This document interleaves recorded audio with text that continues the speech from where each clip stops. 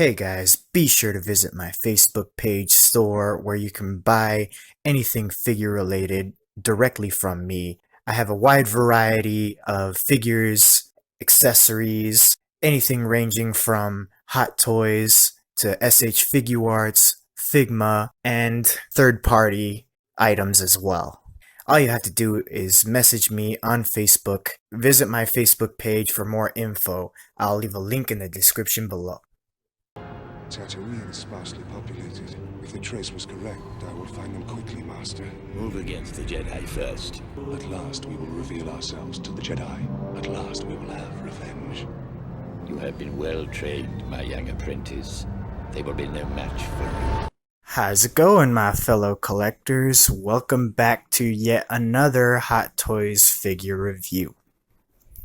This time we're going to be looking at the Hot Toys DX16 Darth Maul from Star Wars Episode 1 Phantom Menace. I'm really trying to contain my emotions right now, so I don't spoil anything too early on in the review. I got this figure in the mail about 3 or 4 days ago. I'm a little late to making this video. I was out of town for about 3 days, so I really couldn't record anything or bring you this review, but not to worry because here I am bringing you the goodness right now. So we're going to go ahead and get this review going, starting with the first category, of course, being the source information. Upon a lot of people's dislike of this movie, I thought it was, I'm going to say, second best among the Star Wars prequels from episodes 1 through 3. First best would be episode 3, Revenge of the Sith, and then episode 1, Phantom Menace, and then episode 2, Attack of the Clones. One of the reasons I liked this movie so much was because of the characters of Obi-Wan Kenobi and Qui-Gon Jinn, and of course, Darth Maul himself. So that had a lot to do with me liking this movie. One of the things I didn't like so much was the portrayal of Anakin Skywalker, the child Anakin. I don't know, for some reason, George Lucas and his team just couldn't find the right actor to portray Anakin Skywalker in any of the Star Wars prequels, because they all didn't do very good in my opinion. So there you go, my second favorite prequel movie, and mostly thanks to this guy right here. And of course we can't forget Obi-Wan and Qui-Gon. So because of all that, I'm going to give the category of source information an 8 out of 10. And if I just talk you guys through this pose, I was going for the first introduction to Darth Maul in the movie when Darth Sidious was talking to Viceroy Gunry. Through the hologram, you see out of the shadows steps Darth Maul, and he was standing right next to Darth Sidious in this crossed arm position. Alright guys, so stick with me and we'll roll on to the next category. Alright, now we've made it to the category of packaging, and I gotta tell you guys, I forgot how much I loved the DX line of Hot Toys figures, because Hot Toys even goes the extra mile of making the box or the packaging that much more special. And I said it before and I'll say it again, Hot Toys needs to make DX figures more often. Someone else in the collector community said that it wouldn't make sense for Hot Toys to make more DX figures more often because it would defeat the purpose of the DX figure, since DX figures are so special and rare. And yeah, you know, that makes sense, but that's not to say that they can't add at least one more DX figure every so often, instead of taking years and years and years to announce the next DX figure. Not to mention that I believe it was the Jack Sparrow figure, the DX15, that's just a remake of the old DX06, the first version of Jack Sparrow, basically. The DX15 only has like a few minor changes, like it's got a new base, it's got some rooted hair, and, little things like that. So you really can't count the DX15 as being a whole brand new DX figure. So when you think about it, Hot Toys hasn't released a DX figure in a long, long time. Alright, well, enough of my ranting. Let's go ahead and start this category of packaging, and I'm going to try to be real quick about it. So first off, we have the usual image of the Star Wars character in front and center of the packaging, an image of the figure. It's pretty much the same theme design as the rest of the Hot Toys Star Wars line, and he's doing his signature pose of when he's about to do battle with Obi-Wan and Qui-Gon. And on the top right, you get the Sideshow exclusive sticker. So this box does come with the hologram of Darth Maul. I didn't get the deluxe set with the Sith speeder bike. This is the DX16 and not the DX17, which is basically Darth Maul with the Sith speeder bike. I just didn't have enough room to display the giant Sith speeder bike. I mean, his double-bladed lightsaber is big enough as it is. It takes up a whole lot of space in the detolf, so there's only so much you can do, so I decided to opt out of the Sith speeder bike. Moving on, we get the Star Wars logo right below the image of the figure, and it is in a metallic silver finish. Below that, it says DX16 Darth Maul 1/6 scale collectible figure. On the bottom right, you get the Hot Toys logo. On the bottom left, you get the DX logo. And then on one side, nothing much going on. You get the diagonal line running across the box, separating the gray from the black. And on the bottom left, you get the Star Wars logo again. And again, it says DX16 Darth Maul 1/6 scale collectible figure. And on the other side is the same thing. You get the diagonal line running across. And on the bottom right, same thing again, Star Wars logo. And it says 1/6 scale collectible figure DX16. And on the bottom left, you get the Disney logo. And then on the back, on the top, you get the DX logo again. And it says DX16 Darth Maul 1/6 scale collectible figure. You get the Hot Toys logo, Hot Toys information, Rebel Base logo, Rebel Base information, Secret Base logo, Secret Base information, Toy Hunters logo, Toy Hunters information, and you get the warnings and stuff that nobody really reads. And on the very bottom, you get the barcode. There's nothing on the top and nothing on the bottom. And once we remove the slipcover, we get a really, really awesome box cover art of the inner box. We get a bunch of patterns that resemble the tattoos that are all over Darth Maul's body. And it's all in a sandpaper texture, so it's kind of rough to the touch. And in the middle, we get more artwork of Darth Maul, giving us an evil stare. And then right below that, you get the Star Wars logo again. It says Darth Maul DX16 1/6 scale collectible figure. On the bottom right, you get the Hot Toys logo again. And on the bottom left, you get the DX logo again. Except this time, it's all in a crimson red color. And then on one side, we get a continuation of the Darth Maul tattoo pattern that wraps around the box. And then in the middle, it says Darth Maul 1/6 scale collectible figure. On the bottom, it says DX16. And right below that, you get the Disney logo again. Nothing on the top. And on the other side, you get a continuation again of the Darth Maul tattoos. In the middle, you get the Star Wars logo again. Nothing on the bottom and nothing on the top. And on the back, it's the same as the back of the slipcover. You get the DX logo on the top. Below that, it says DX16 Darth Maul 1/6 scale collectible figure.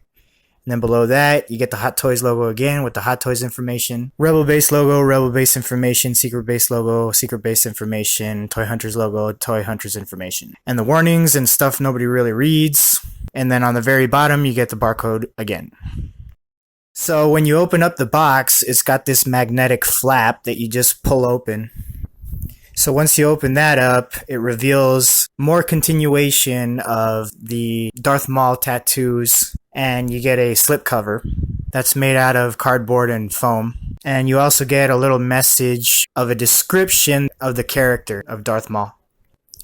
It says, a deadly, agile Sith Lord trained by the evil Darth Sidious, Darth Maul was a formidable warrior and scheming mastermind. He wielded an intimidating double-bladed lightsaber and fought with a menacing ferocity. And on the slipcover, it's more of the Darth Maul tattoos, and on the middle, you get a metallic card, and it's engraved with Darth Maul's name and a side profile of his head. And you can take it out, but I'm not going to take it out. Just trust me when I say that it is made of metal. And then once you remove that, you get the foam blister carrying the figure and all of its accessories. All of these DX figures are usually packed up in foam blisters instead of the usual plastic ones, which is why I really like these packagings. And that's pretty much everything. Like I said, really awesome. This box is a little bit bigger than your average Hot Toys box. I was going to say that it's a pretty big box, but I have seen bigger.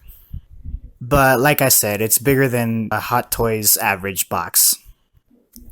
When I'm scoring packaging, I usually don't give the boxes 10s, but since this is a DX figure and Hot Toys goes the extra mile when making these boxes, I mean, just take a look at this inner cover art. It's really awesome. You get an image of Darth Maul that's not very common. So because of all that, I'm going to have to give the packaging a 10 out of 10. Alright guys, so stick with me and we'll roll on to the next category. Okay, and now we've made it to the category of likeness. And once again, Hot Toys has knocked it out of the park. Really excellent job. Now, I've never owned the Sideshow Darth Maul figure, but I have seen pictures and videos of it. The head sculpt is awesome. Sideshow really did a good job on their part. And judging by the photos, because I've never owned it, it looks better than this one. Strictly talking about the head sculpt only. That's not to say that this one's bad. It's just got a few things that are different about it. And they are differences that I don't like. Like, for example, the eyes. If you take a look at his yellow and orange irises, those are supposed to be bigger than what they are. You're not supposed to be seeing too much of the whites of his eyes, but you do see a lot of the whites of his eyes on this figure. But in the movie, his irises were a lot bigger than this. You could barely see the whites of his eyes. So that's one thing I don't like about these head sculpts. Another thing I don't like is the roundness of the face. It's a little bit too full. Like the chunkiness, I guess you could say. The Sideshow Darth Maul figure was a lot slimmer than this one. So I think Sideshow got it right. Whereas this one, not so much. But like I said, you know, it's not a bad head sculpt. It's pretty good. Like the way they did the tattoos and everything, the horns. You can see in the black of the tattoo, you can still see some of the red of his skin coming through it. Like if it was actually inked over, which is exactly how it looked in the movie. And you can also see the piercing that he has on his ear. That is also movie accurate. That's how he looked. And even on the Raging head sculpt, they did an excellent job on this one as well. But I don't remember him ever having this expression in the movie. Like if he was yelling or something. Because he only really had a paragraph of dialogue in the entire movie. Even when he was fighting, he was only growling and grunting and snarling. But he never actually yelled, so I don't know where exactly they got this expression from. But nevertheless, it's still a really good sculpt as well. Just like the neutral face. You can see the teeth are screen accurate. I'm assuming that his teeth are all ugly looking like that because the dark side has started to rot away at him. So his teeth are decaying as a result of that. But yeah, I still like this expression nonetheless. You got a whole bunch of detail on the inside of the mouth. A lot of people were complaining about the expression on the neutral face. Like, they preferred that he had a frown on his brow, like if he was looking mad. They were saying that he has too blank of a stare on his face. I don't quite agree with that. It's not as bad as people are saying. I mean, yeah, it would have been cool to have a frown on his brow, but it's not a big deal. I don't agree with them saying that he has a blank stare on his face, because since we do have the purse system with both of these head sculpts, the way you position the eyes can change the expression on his face in ways that you didn't even know you could. So if you move his eyes slightly upward and tilt his head a little bit downward, he will look like he's looking mad. So because of the thickness of the face and the whites of his eyes, I'm going to have to give the category of likeness a 9 out of 10. Alright, so I'm going to talk you guys through this pose. This is still in the beginning stages of the battle between Darth Maul and Qui-Gon and Obi-Wan. After he does the flip in the air, he uses the Force to grab and throw one of the pieces of a broken battle droid. He smashes it up against the control panel to open up a door he wants to go through, as he's being chased by Obi-Wan and Qui-Gon. So I got him in a walking backwards motion as he's using the Force to throw the broken battle droid. Alright guys, so I'll give you one more round look of this pose and then we'll move on to the next category.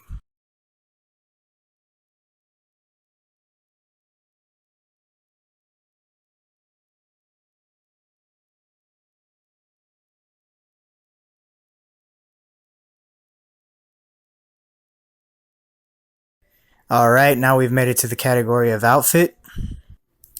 And there's been a lot of controversy about the robe that this figure comes with. It's gotten a lot of flack.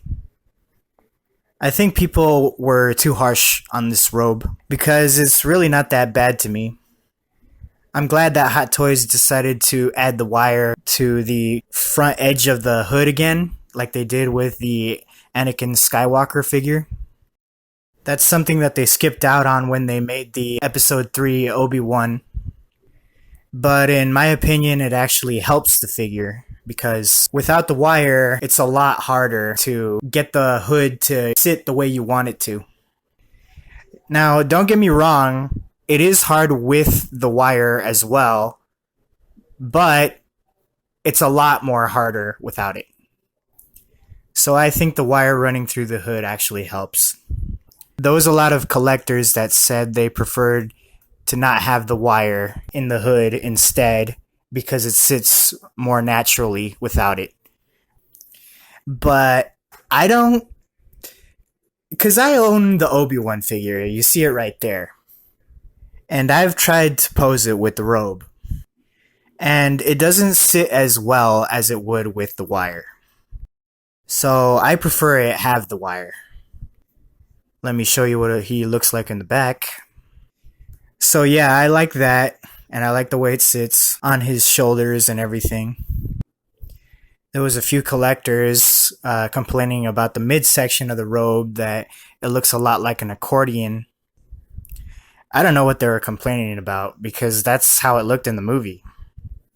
This is the pattern that it had in the movie. And it also has a wire running through the edges here. And there's another wire on the other side. And when you want to close the robe, it doesn't have a button, it has a hook. You can have it open if you want, but I don't see why, because in the movie he never had it open. It was always closed. But it is an option if you want. There's only a couple of nitpicks that I have about this robe. If you want to display them with the robe on and the hood off, you really can't, because the hood is pretty much stitched to his shoulders and his back right here. So yeah, you really can't display him with the hood off and the robe on. You can, but he looks dumb. My other nitpick with this robe is that it's not long enough. If I show you guys down here, you can see his feet. and you shouldn't be able to. I'm sad to say, but it is a recurring issue that has happened in the past. With the regular Anakin Skywalker, the first version, his robe was also short. Like this one, you could see his feet. But when they released the dark side version of Anakin, they made it longer so where you couldn't really see the feet. And that looked a lot better than this. If you just take a look at the hologram, if I set it down, look at how long his robe is right there. You can't even see his feet. And on the actual figure right there, you can. So, not movie accurate in my opinion. I'm going to talk you guys through this pose. As you guys probably recognize, it's where he barely arrives on Tatooine. He summoned his Sith probe droid, and he's scanning with his binoculars the nearby villages, looking for the Queen of Naboo. Alright, so now we're going to check out the rest of his tunic. So we have a lot of layered sections of these wired flaps going around all of his legs. So all of this has wires. All of this has wires. I think this has wires too. This one doesn't. And it's the same thing on this side. The mirrored flaps on the other side is pretty much the same thing. Has the exact same wires. And when we look at the back, this has wires. And this back flap piece here, this big one, it doesn't have any wires. And as we move up, we got the big belt. That is movie accurate to how it looked in the movie. You see the buttons right there. And Hot Toys has provided us with extra buttons just in case these fall off. You have the clip right there to hang his lightsaber, as all Jedi and Sith have on their belts. And then you get the back of the belt. You get this leather hook section. I guess you could put his double-bladed lightsaber through there, but he never had it that way in the movie. But it is movie accurate. He did have that leather hook in the back, but he never had anything in it. And then as we move up, we get the rest of his tunic. So you get this outer tunic with long sleeves, and then you get an inner shirt that he wears as well. And then you get his gloves. And all the gloves are split into two sections. The bottom sections look like gauntlets, but they're not. They're supposed to be a part of his gloves, but they're split in two to provide more articulation, which I think that they should have done with all of their Darth Vader figures. We could have gotten a lot better range of motion with the Darth Vader hands if they were made that way. So here's another one of the cutaway sections of the glove that looks like a gauntlet. So you just slip these over the wrist onto the arm, and then you just put the hands on. And then in the inner section, you get these leather pieces. They're supposed to go over the wrist pegs. And then you just put the hands on the pegs through this hole. I hope that makes sense and I'm not confusing you guys. So you just slip in the leather piece through the glove like this. And it goes over the arm, over the wrist peg. And then you just put the hand on the wrist peg on this section here. And you guys are probably asking yourselves, why would you want that leather piece on the wrist peg? But trust me when I say that it makes it look a lot more visually appealing because you don't see the wrist peg with that leather piece on a lot more clearly. So that's very innovative of Hot Toys to think of something like that. So I'll give them props for that. Really awesome. Moving on, he has a pair of pants that are also very accurate to the movie, to what he was wearing. He's got good range of motion with those pants. He can't really do the full splits, but he can go pretty far. And given the fact that Darth Maul was a pretty agile character, that's very important. So moving on down to his boots. It's interesting how they made these. There's kind of a cutaway at the ankle, but in the front, It's actually attached as one whole piece. Everything else, like the sides and the back, it's all cut away, like detached from each other. So it does allow for some more ankle articulation than usual. A lot of people were complaining that they didn't like the attached piece of the boot in the front, but it doesn't really bother me because, as you can see, I was able to get this pose. That is pretty cool. And that's without the help of a stand. I haven't run into any real difficulties with these boots, so that's a good thing. And the boots are very movie accurate to how they looked in the movie. And we also get weathering on them too. You can see some dirt inside the crevices and gaps. And that does make sense because he was walking through the dunes and sands of Tatooine.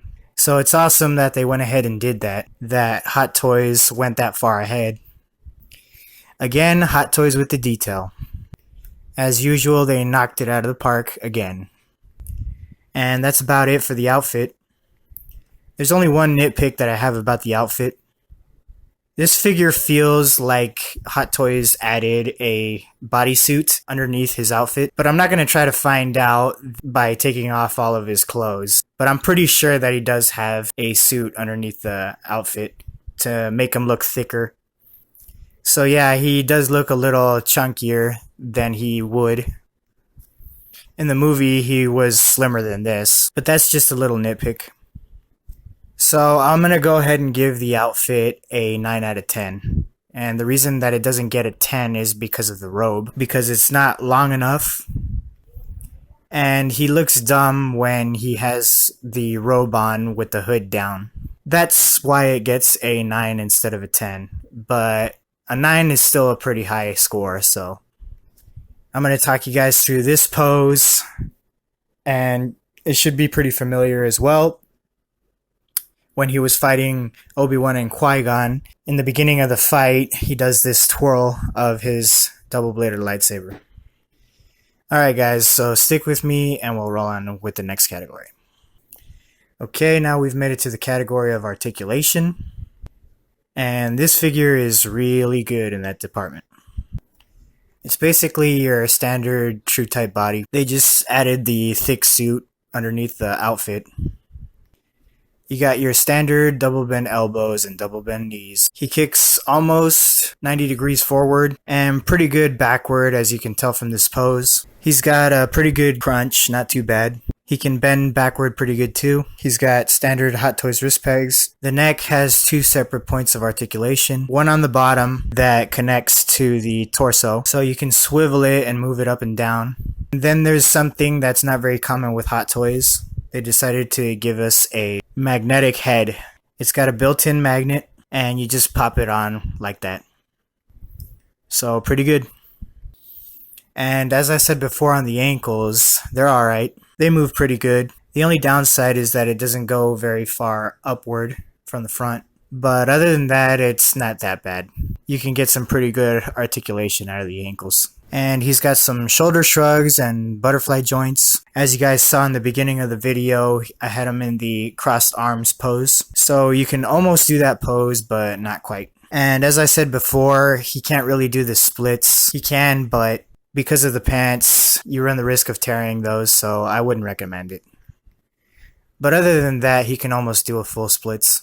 And he's got some pretty good pivot in the abdomen area and the waist. Good rotation in both those points too. He can do a full 360 degree turn in the shoulder joint, but because of the outfit, I don't think it hinders it, but you have to be cautious when you're doing a full 360 degree turn with the arms. You need to do it slowly and you need to make sure that the fabric isn't tearing as you're turning it. So just move the fabric back to its original spot with every inch that you move it. He's also got good bicep swivel as well. So for the articulation, I'm going to give it a 9 out of 10. To talk you guys through this pose, it should be pretty familiar as well. It's his famous spin move in the air that he also does in the beginning of the battle with Obi-Wan and Qui-Gon. Alright guys, so stick with me and we'll roll on to the next category. Alright, so we've made it to the final category, which is accessories. And this being a DX figure, it comes with a boatload of accessories. So to start off with the hands, he comes with 10 hands, and that's not including the battery operated arms. So you get a pair of gesturing hands. I think these are meant for when he's doing the horizontal lightsaber pose. Like right when he ignites his lightsaber when he's about to fight Obi-Wan and Qui-Gon. And then we get a wide open hand, which I guess he's supposed to be using the Force with. At first I thought that this hand was meant for holding his binoculars, but this hand is too wide to grip onto the binoculars. So it's a loose fit. It doesn't fit into this hand. So I'm assuming he's using the Force with this hand, like he's choking someone or something like that. And I don't know what happened. Why did they only give us one fist? Every time that Hot Toys releases a figure, it always comes with a pair of fists. And this is the first time that I've seen that a figure comes with just one fist. So I don't know what's going on. I wish he came with a right fist, but sadly that's not the case. So moving on, we get a pair of force pushing hands, or force wielding hands. And they're all gloved hands, and they're all detailed with wrinkles and creases, simulating leather. So that's pretty cool. The seams are sculpted in as well, and we also get a pair of relaxed hands. And we get a pair of lightsaber gripping hands. He's got the other one on him right now. Very cool. And then we also get the ginormous base, which is supposed to replicate the floor of the energy generator room where Darth Maul and Obi-Wan and Qui-Gon fought on Naboo. If you don't get the Sith speeder, it doesn't come with the cardboard cutout flooring of the sands of Tatooine, which is kind of a bummer. I think that they should have just gave it to us anyway, because it would have gave us more options to pose up Darth Maul. Moving on, we also get a hologram of Darth Maul. There was a lot of people complaining about this hologram, that they don't understand why Darth Maul would come with his own hologram. That usually Star Wars figures come with different holograms, and not ones of themselves. But I don't mind it, because I do have the Star Wars Emperor Palpatine figure, and I could very well pose him with this hologram as if he's talking to Darth Maul from a great distance. So it's not a bad thing that he comes with his own hologram, because you could use it with other Star Wars characters. You gotta think outside the box, people. Another way to use this hologram would be to put it on the light up hologram table that comes with the Hot Toys Obi-Wan Kenobi deluxe figure. So that would be another way to use it. Moving on, we get the head sculpt. This is the primary head sculpt. I got the secondary head sculpt on him right now. And as I said before in the likeness category, both head sculpts are excellent. Expertly sculpted and painted. And you can see the purse system in there. And to move his eyes, all you would have to do is take this stick into those sockets on the backs of his eyes, and you'll be able to rotate them using the stick into any direction you want. So I guess Hot Toys gave up on the joystick to move the eyes. And I'm going to say that it's probably best that they did, because the joysticks for the purse system were sort of notorious for breaking. So it's good that they made the eyes in a way you would individually move them. He also comes with a dynamic pole, so you can get him in aerial poses, which is cool, because Darth Maul is known for his agility. We also get 4 pairs of these back sections of the gloves. This one and the one he has on right now, those are the regular ones. And this one is sculpted with the droid collar on his wrist that he was wearing when he was on Tatooine to summon his probe droids, which is really cool that Hot Toys thought of that. That's awesome. And he comes with another one that splits open at the seam and wraps around his forearm. And that one is meant for his light up arm, which he currently has on right now. It's pretty similar to the Empire Strikes Back Hot Toys Darth Vader light up arm. If you guys have that figure, then you'll know what I'm talking about. But the difference between this figure and that one is that the back section of the glove can completely detach from the arm, whereas the Darth Vader can't do that. So that's pretty cool in my book. And speaking of the light up arms, we get two of them with this figure. This one is meant for the slashed in half lightsaber at the end of the movie that Darth Maul used against Obi-Wan. So he comes with that light up arm, and he also comes with another light up arm that's meant for the double bladed lightsaber. The one that's not cut in half, which is pretty awesome. This is the standard arm, the non-light up one. And he also comes with a spare pair of buttons, just in case the ones on his belt fall off, as I said before. And he also comes with a spare pair of wrist pegs, just in case you break the ones he currently has on.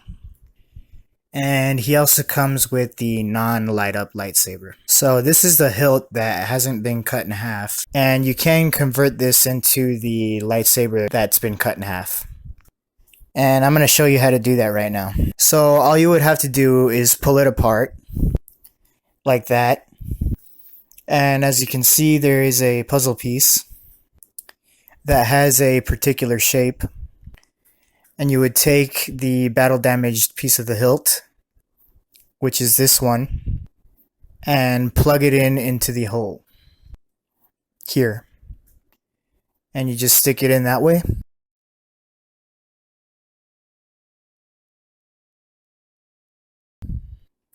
And now you have the cut in half lightsaber hilt, which is really cool. It's awesome that Hot Toys thought of all this. And if you want to change it back, you just pull it apart like that and get the other side of the hilt and stick it back together like that. And there you go. Now you have an entire lightsaber hilt. So really cool.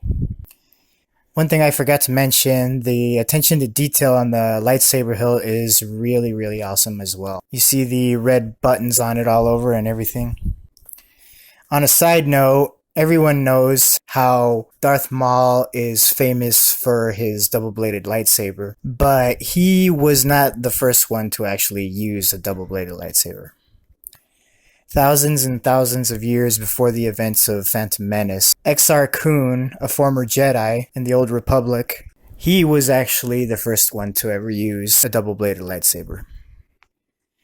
And this hilt that Ray Park used in the movie was actually made to this size because it was actually shorter than this. But Ray Park asked George Lucas if they could make it larger for him so it'd be easier for him to wield and do twirls and such, and his acrobatics. So that's just some fun facts for you guys. Moving on, we get two pairs of lightsaber blades. One's in the stationary position and the other's in the in motion position. He's got the other one on him right now. And then we get the stick to move the purrs and the head sculpt. And then we get a pair of pegs for his non-light up lightsaber. So you would peg this long one onto the hilt so you'd be able to attach it to his belt. And if you want to pose the figure with him holding the lightsaber in his hand, you would use the shorter peg, which is on it right now, as you can see right there. So it comes with a pair of those. And it comes with 6 batteries. 3 for the double-bladed lightsaber light-up arm, and 3 for the single cut-in-half lightsaber arm. And then he comes with his binoculars, which are really cool. There's nice weathering on them, and the detail is awesome as usual. And then we also get the Sith Pro Droid. This is another accessory that has a lot of detail on it. It's got nice weathering on it. You can see the lens, and you can see a whole bunch of wires coming out of it too. Really awesome.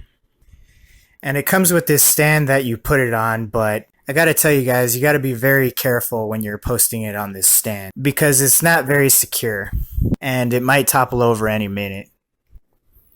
And you have to be mindful of this antenna that's on it. When you take it out of the packaging, the antenna is separate from the probe droid, so you have to attach it yourself. But once you have it on this stand, if it falls over, you run the risk of breaking that antenna. So just be careful about that, guys. And last but not least, he comes with this Sith robe, which in my opinion is pretty nice. A lot of people would disagree with me, but hey, what are you gonna do? Alright, so even though I didn't get the deluxe set, which comes with the Sith speeder and the extra cardboard flooring of the Tatooine base floor card, I'm still going to give the accessories category a 10 out of 10 because it still comes with a lot of stuff. So if you guys want to pay the extra money to get the Sith speeder bike, that's up to you guys, but I could live without it. And as I mentioned before, the special edition comes with this hologram, but the normal version doesn't. Alright, so to wrap up this review and round up the score, this figure is going to get a 55 out of 60. So that is a very, very good score.